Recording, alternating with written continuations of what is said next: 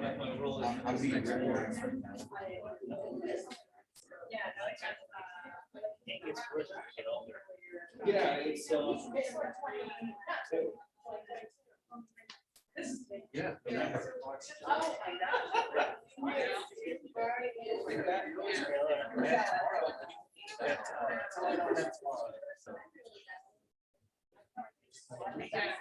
Yes. You're pretty mom, so you know. Yes. You know, my favorite thing is like, I really today, I always do that, Tom social work with, American so much that goes on. You know, some local level staff shows. Yes. Dogs, yeah, I just wanted to hear. We're struggling just like all these other areas Let's go, let's do this. This is what I can, my, minor, I know, right? Yeah. Every 4 hours.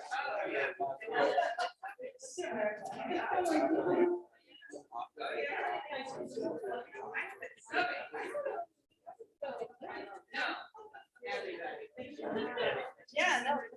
Absolutely. It's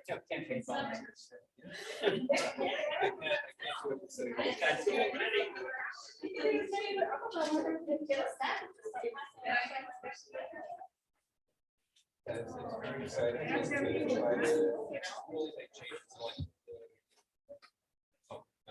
you know, right now we have capital gain.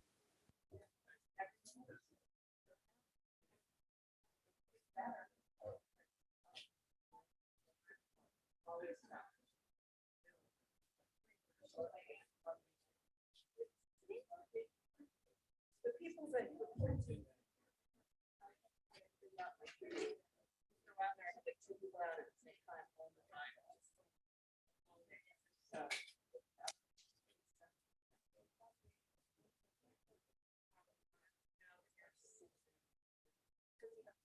Yep. Not when they're really sick now. So.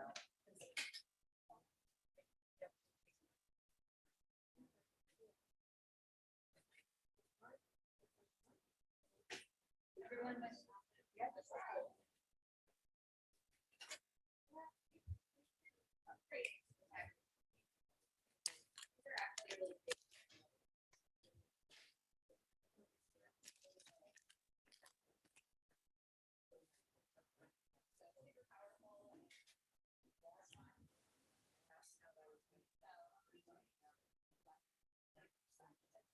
Yeah, right.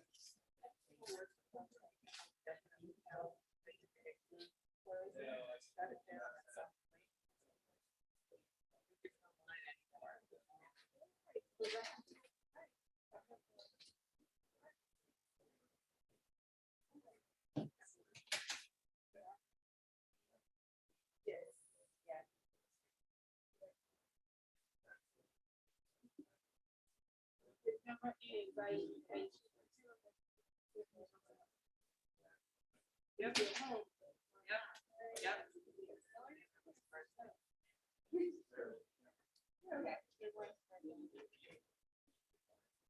I'm still here.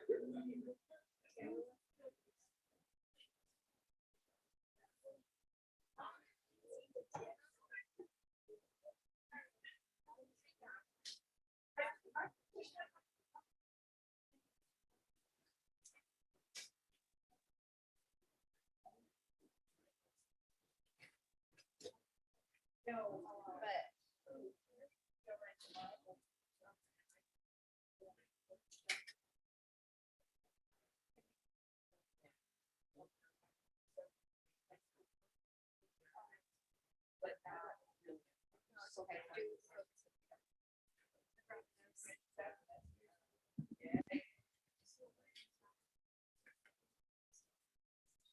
So, yes, she did.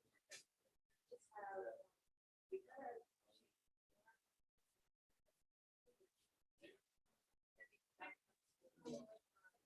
yeah, absolutely. And then it was like,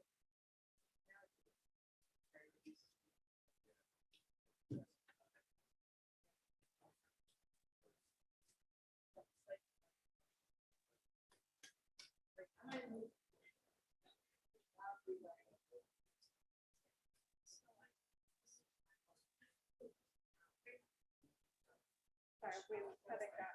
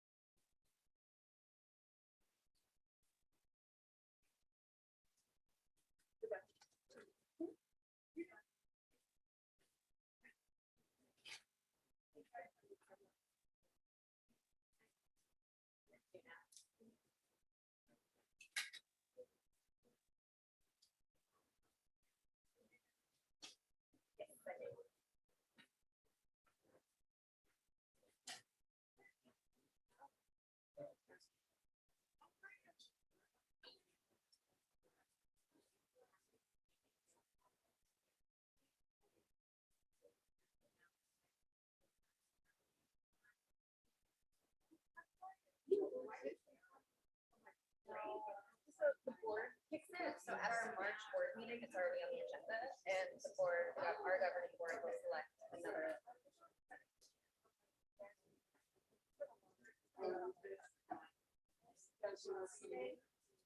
It's just up to the elected officials on our governing board. I don't know that I.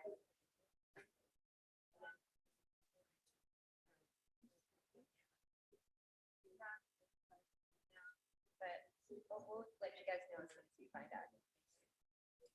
Tune into the March governing board meeting.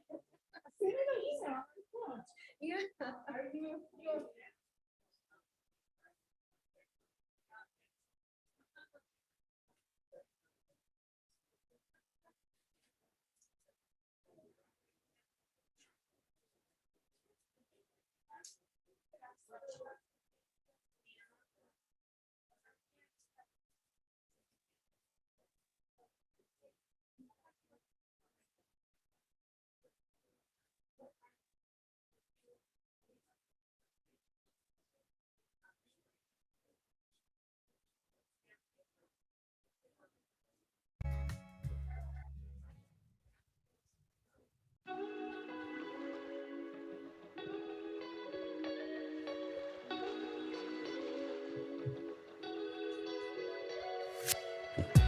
Good afternoon, everyone. I'll ask everyone to please take their seats as we will begin the meeting momentarily, or the workshop.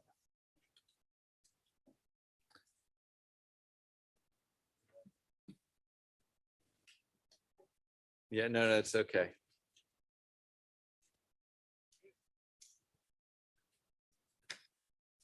All right, what time we got? 3:30.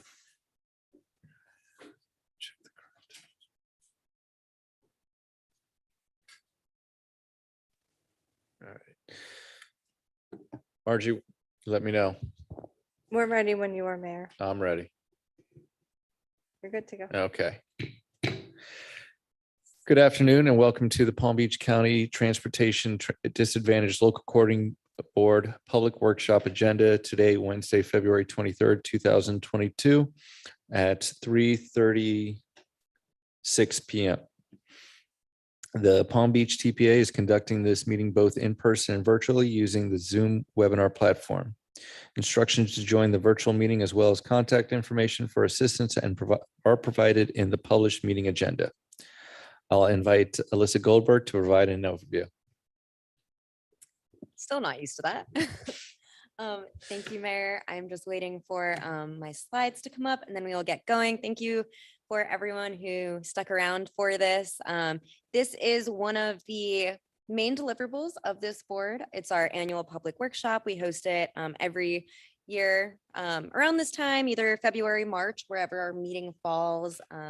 I'll highlight a few things in the presentation, and then really this is our area to you know, talk, ask questions, make comments, get feedback, give feedback. And I believe we also do have some members of the public online who will probably do the same, but this is that opportunity. So thank you for being here for it. So on that note, okay, yeah. Thank you. Thank you for letting us know, Robert. So for all of those, for everyone here, you know, we are the Transportation Disadvantaged Local Coordinating Board. Those first two letters are very important, TD, Transportation Disadvantaged.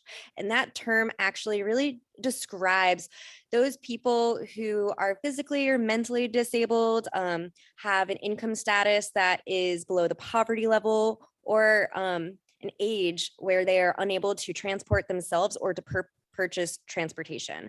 So what you can see on the screen is that it's really those three circles in the Venn diagram: low income, elderly, and disabled. And it could be any variation of one or two or all three of those things that would make someone really TD eligible. So I know you guys have heard CTC, or Community Transportation Provider or Coordinator, a lot today. You're going to hear that again. Again, this is the transportation entity that ensures coordinated transportation services are provided to the transportation disadvantaged population in Palm Beach County. Anytime you think of the CTC, I want you to think of Palm Tran Connection, because that is who our CTC is in Palm Beach County.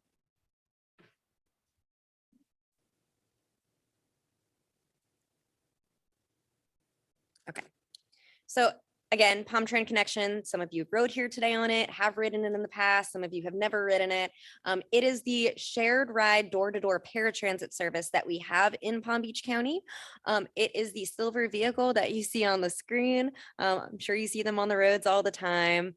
That is really, that is Palm Tran Connection. That is who we're here talking about 4 times a year. So in regards to Palm Tran Connection, I do want to touch on 3 things before we kind of get to hear what all the comments and questions and concerns and everything are from you guys.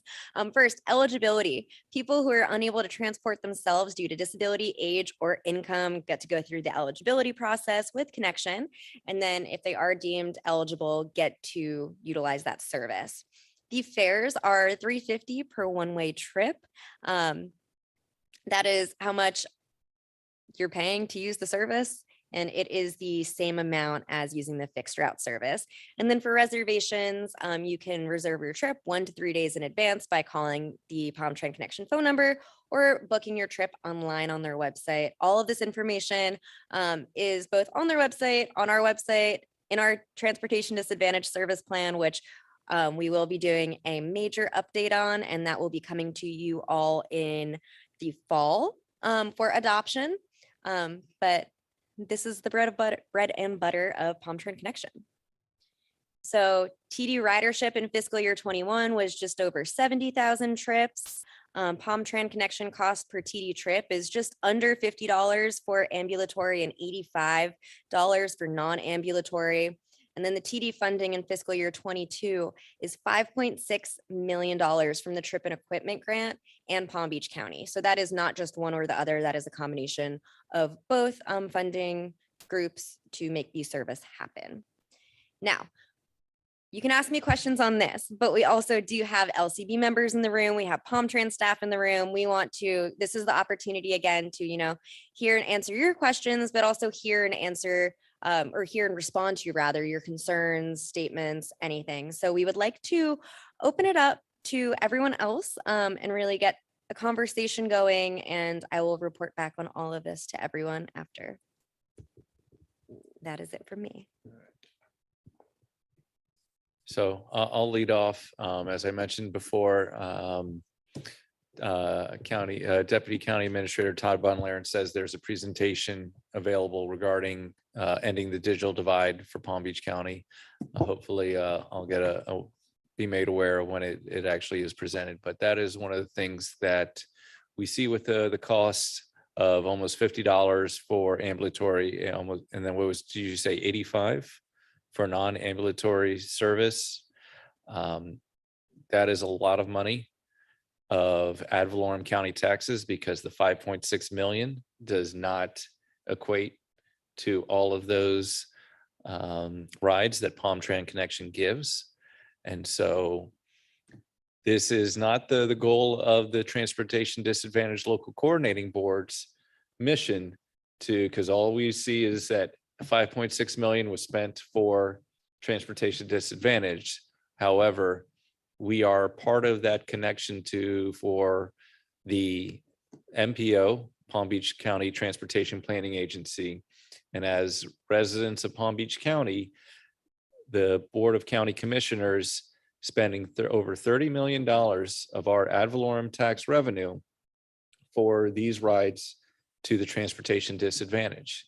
And we don't want to take that away. We want to see if there is a more effective, efficient solution so that the person that, instead of riding, taking Palm Tran Connection to work 5 days a week at a cost at 5 days, almost $400, that the county, that's a week, not a month. A month would be $1,600. Can we find a way to spend the money to give them the ability to work from home effectively, similar to our Palm Tran Connection dispatchers, that we found out is much better than having them go work in an office, and they have had better customer service. So we have learned things because of the pandemic that work well. And the point is that we cannot keep on doing the same thing and expecting costs to go down, because that's not how costs work.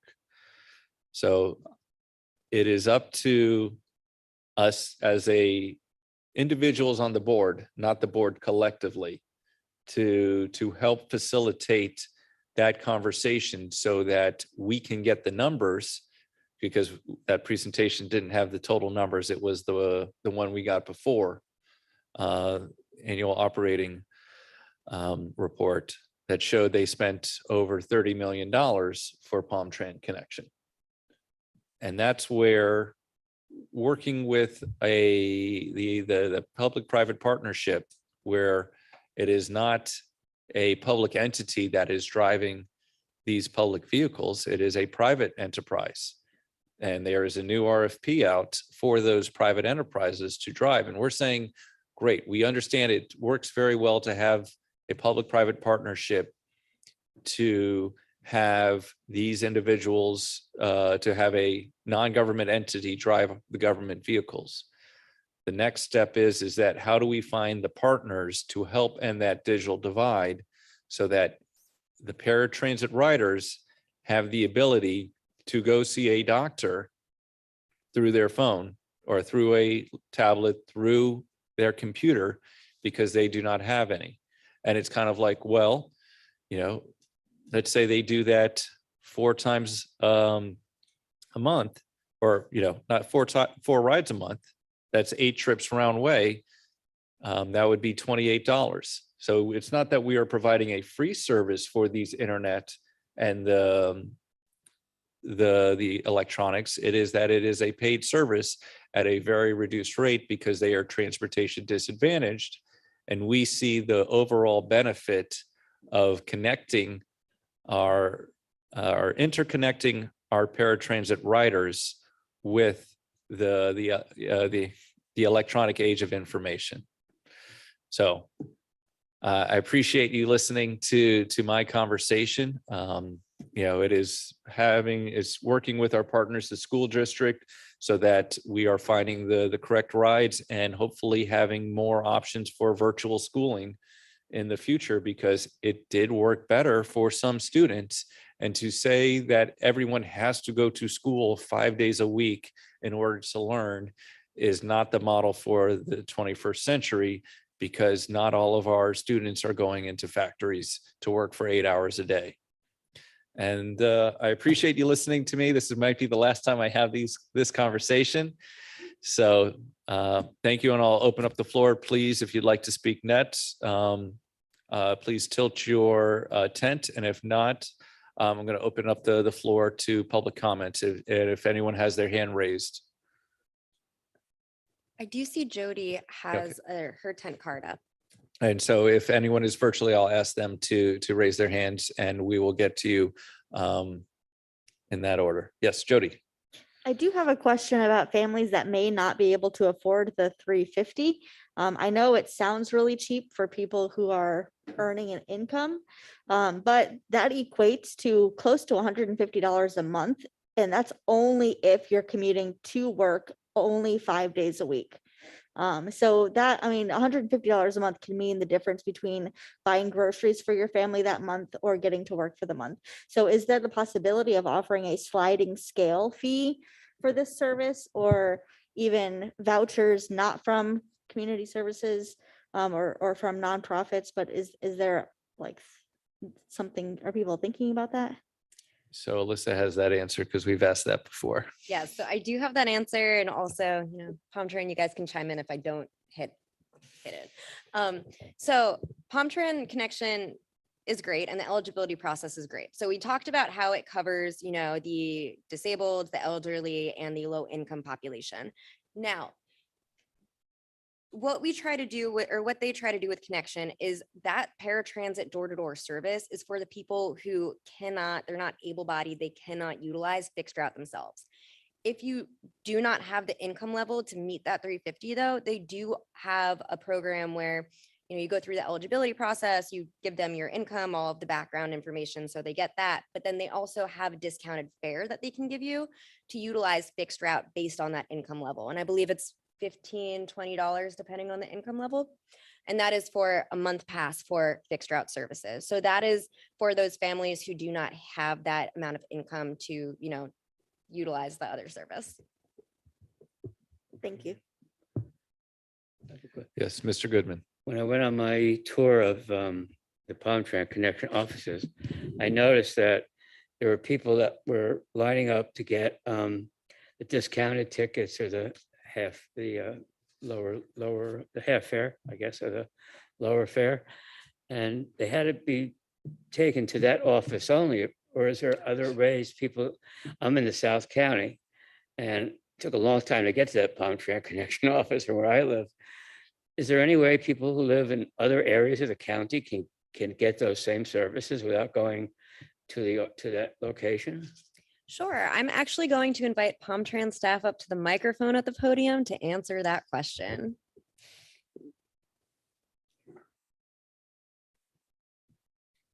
That is a good option and we'll present that. But at this point in time, correct, that is the only opportunity in the county for that service, through Palm Trend. It's just so we can provide a centralized location that's hopefully convenient, on the fixed route service. But Not from Boca. it's right now the most efficient way to do the eligibility. It was interesting when I was, excuse me, when I was there. They had me down as one of those people getting those tickets, and my return trip was 5 minutes after I got there, instead of an hour later. But we worked it out. Usually, yes, usually trips coming to Connection, we try to give them as quick a turnaround as possible just because our lobby is so small. It is. Thank you. Yes, when? I'm very sympathetic to the labor shortage and, not getting enough drivers. It's across the board in all industry, especially the trucking industry. Is there any consideration for, especially Palm Trend, to utilize the data that you have to see what are your peak hour utilizations and to concentrate your level service during those hours? Or is your reservation system is really on demand itself? It's basically on demand. We do look at the peak times of day and, one way we concentrate our service during the peak time is we do have drivers who, yes, that becomes then their lunch period. But even though we might have less demand in the off peak, the service area doesn't shrink. So we're doing fewer trips in the same large area. So we'd still need a large amount of vehicles out, which basically, again, balances out with drivers that are on break or lunch. We tried looking more at split shifts, but, to give drivers not just a lunch period, but a 2 or 3 hour break in between. And it's just, that then became, we didn't have enough availability for the clients traveling during the off-peak because of the size of the service area. Right, and because looking at your data earlier, the majority of your trips are employment or, and that really is a traditional employment, I'm assuming, or is it what level of employment? Our largest trip generators are the sheltered workshops in Palm Beach County. Okay. From there, yes, there is a tremendous amount of work trips, but that is more throughout the day, Right. I think, than its specific traditional hours. One of the, we had the opportunity to ride Brightline and their on-demand service, their reservation last week. And ultimately, it was a high level of demand. And one of the things that I guess how Brightline offset that demand is instead of having a customer wait, a very long time, they actually sent like your reservation through your phone, a voucher for Uber. And it's within 24 hours, you can use that and it'll take you essentially really is within a 2 to 5 mile range, last mile connection. So, I'm not sure if there's any consideration to offset to add some TNCs to offsets. We have been looking at that. It's actually been something, unfortunately, we've been looking at for quite a while, just because we have the requirements under the ADA.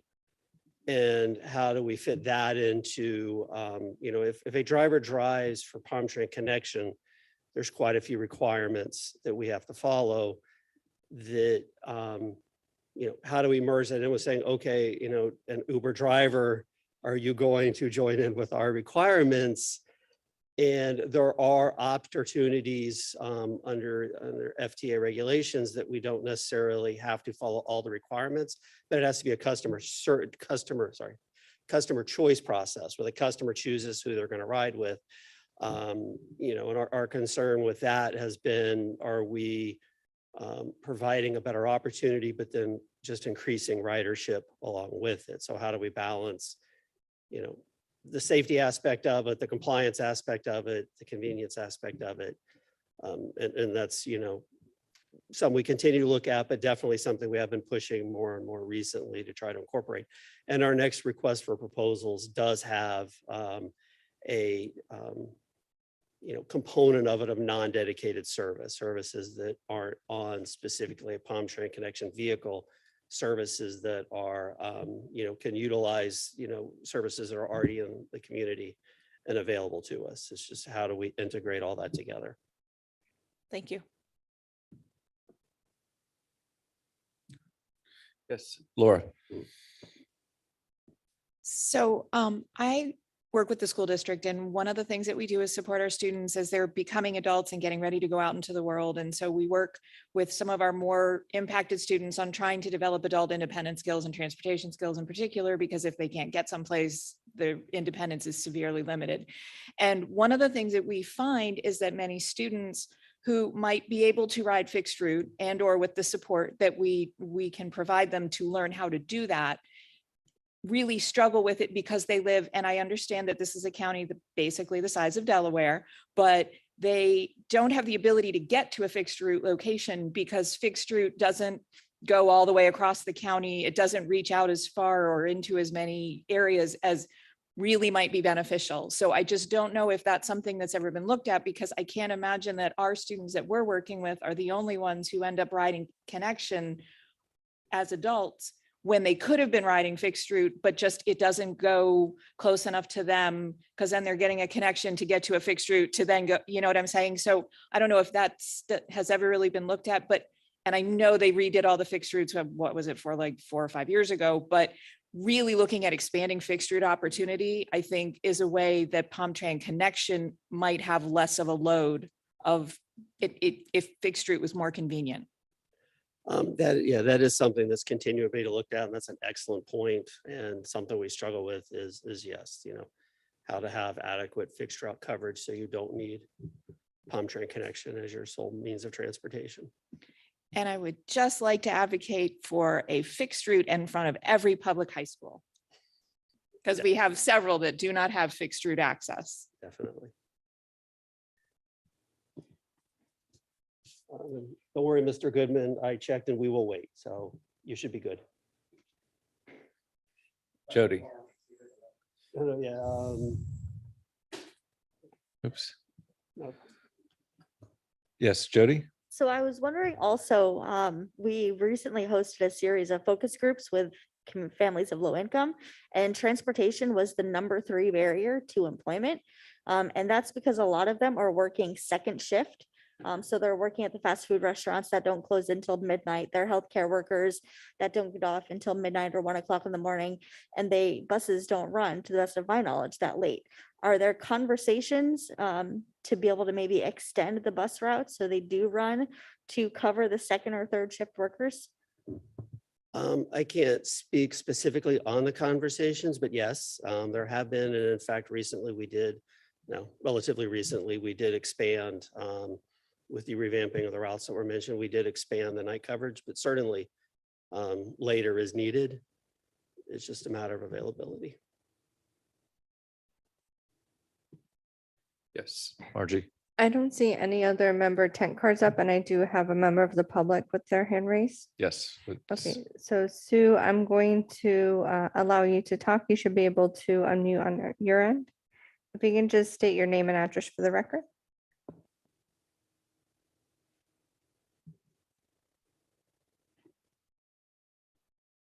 Sue, are you there? Does it have a last name? Sue Davis Killen?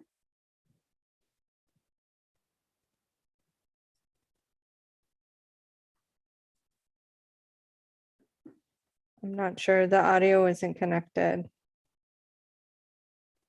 Okay.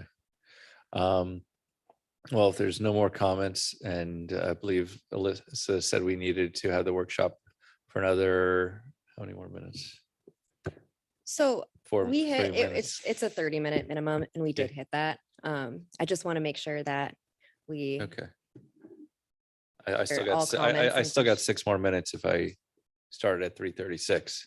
so we have a couple more minutes. All right, so we have 5 more minutes, and I could talk for another 5, but And I'm sorry, we are trying to get it working where they're able to mute and unmute. And I did have someone else raise their hand, but they lowered it, so. okay, so yes, if someone who is appearing virtually would like to speak, please raise your hand.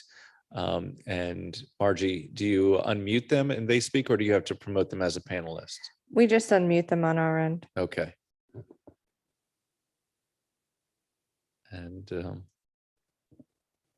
I know that the Go Glades initiative that has been working out in the Glades area has been a success.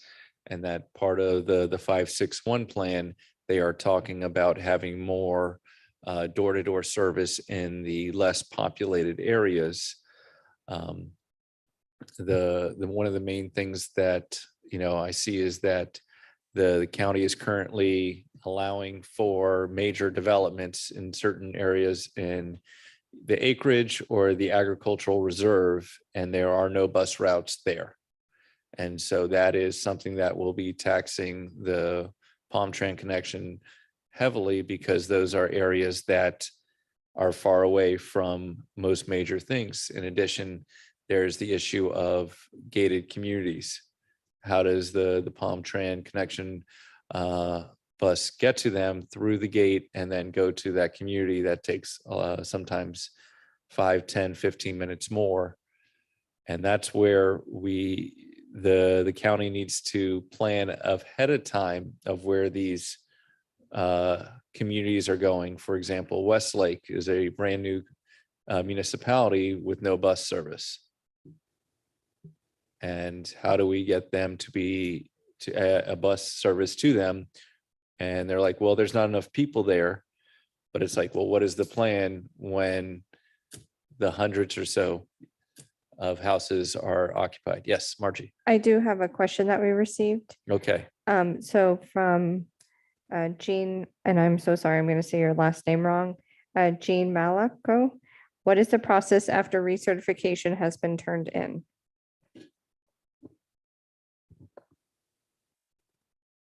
Basically, we'll process it based on does the individual have a disability which prevents them from accessing the fixed route service? Now, if somebody's using the service, we're not, we back up a little bit. We have a new eligibility process where individuals go through a pre-screening process to make sure that Connection is the correct service for them. They understand how it works. Once then it's determined through a pre-screening that, they're potentially could use Palm Trans Connection service, then we send them an application. That then there's a medical verification that goes along with that application. Then it's processed through another interview with our eligibility department. Now, we're trying to have our existing customers base go through that same process. But, we are understanding of individuals that currently use the service and that this is their primary means of transportation. So it's a new process. Soon will be implemented in in-person screening. Just we have not implemented because of social distancing and, our ridership constraints that we currently have on the program. Hopefully that roundabout answers the question. And then Mayor Grant, we do have that Sue raised their hand again, and I believe I can hear the audio. So Sue, are you there? I am here. Thank you so much. Technical issues. First, I just want to say how much I appreciate the Palm Trans Connection service. I have a daughter who's 26 and has Down syndrome. And I just can't imagine how much more limited her life would be without Palm Trans Connection. She goes somewhere either to work or to an activity about 5 days a week. And I certainly wouldn't be able to do that for her since I work. So it's really wonderful. And I also just want to really give a shout out to the drivers. They are so nice and so warm and caring. I don't have any qualms whatsoever about her going on the bus. And there's been instances where there's some kind of glitch in the system or whatever, and they won't leave somebody someplace that isn't open, and they'll bring them back home, and they're really just wonderful. So again, whoever does the hiring and screening for the drivers is doing a really good job. So two little suggestions. One is I love that you all have the website now, that you added a few years back. That's so much more convenient than calling and waiting on hold. One of the things that the kind of a glitch on the website is that when you're waiting for the ride and you bring up the website and it shows you how many minutes until your bus is coming, which is great, except then it keeps changing. And I could understand it changing, like if it was supposed to arrive, say 2 hours, but if it says it's going to arrive in 15 minutes, and then 15 minutes later, it says it's going to arrive in 30. So now that's adding, it's 45 minutes. And then in 15 minutes after that, it says it's going to arrive in 45. So I'm not sure, I understand that could happen on occasion, like if there's some big accident or something, but so just, and the reason that's important is, for example, if my daughter's going to be late to work, I've got to call an Uber or figure out someone in the family to take her or whatever. So just if that could be looked at as to why it doesn't seem to be, why it changes sometimes. And then the other thing is, you used to be able to make reservations a week in advance, and now it's 3 days. I don't know if that's because you don't have any drivers, so you figure people will simply book less, but even 4 days would be better, because then we'd only have to get on twice a week to do the weekly schedule. But 3 days is kind of a pain. So that's my only comments. And again, overall, I praise Palm Beach Connection to everybody. I work for the Gold Coast Down Syndrome organization. So I tell all of our parents and families how wonderful, and a lot of them are scared to try it. And I tell them, go ahead because it's wonderful. So thank you. Thank you for your comments and questions. Yes. I do have another question. So somebody asked again, so how long does the certification take? Current certification ends March 11th. Applications were turned in on February 16th. We have up to 21 days to process an application. After the 21st day, we have to assume the customer is eligible until we can process the application. So right now we're running probably 18 days. So about 18 days, give or take, depending on how many we get. So we're not as quick as we used to be just because of the new eligibility process, but we do stay within the 21 days. If I could also, on the previous question, that is correct. And that is a good point about our service. And I don't want to call it a little bit of a probably call it a technology lag in our current software that, you know, with other like Amazon that you can follow a driver, there is a lag between the MDT reporting and it's not a continuous reporting back to our software. So sometimes there is a lag in that. And, you know, even we see that when we're watching it, that, you know, there's no live traffic interaction with our software. So it's kind of assuming how long it was going to take based on past experience. And as it takes longer, yes, it just extends, or okay, what used to be 5 minutes, could 10 minutes, 15 minutes, as it's continuously updating the driver and they're not making it from point A to point B as fast as the software originally thought they would. And it's just something as we continue to advance it, hopefully something in the future we can improve on. Real-time traffic data into the app. Yeah. Correct. Yes. And we are looking at a new onboard system that could possibly do that. But again, looking at versus, I don't want to say it's on the horizon Right. right away, It's, but you know, definitely things that we are looking at and how to improve that. Margie, are there any other comments? No, Mr. Chair, not any other public comments. Mr. Goodman, you had your hand raised. Into the microphone, please, and you got to turn it on. Sorry. When I was calling, make a reservation the other day, I was number 22.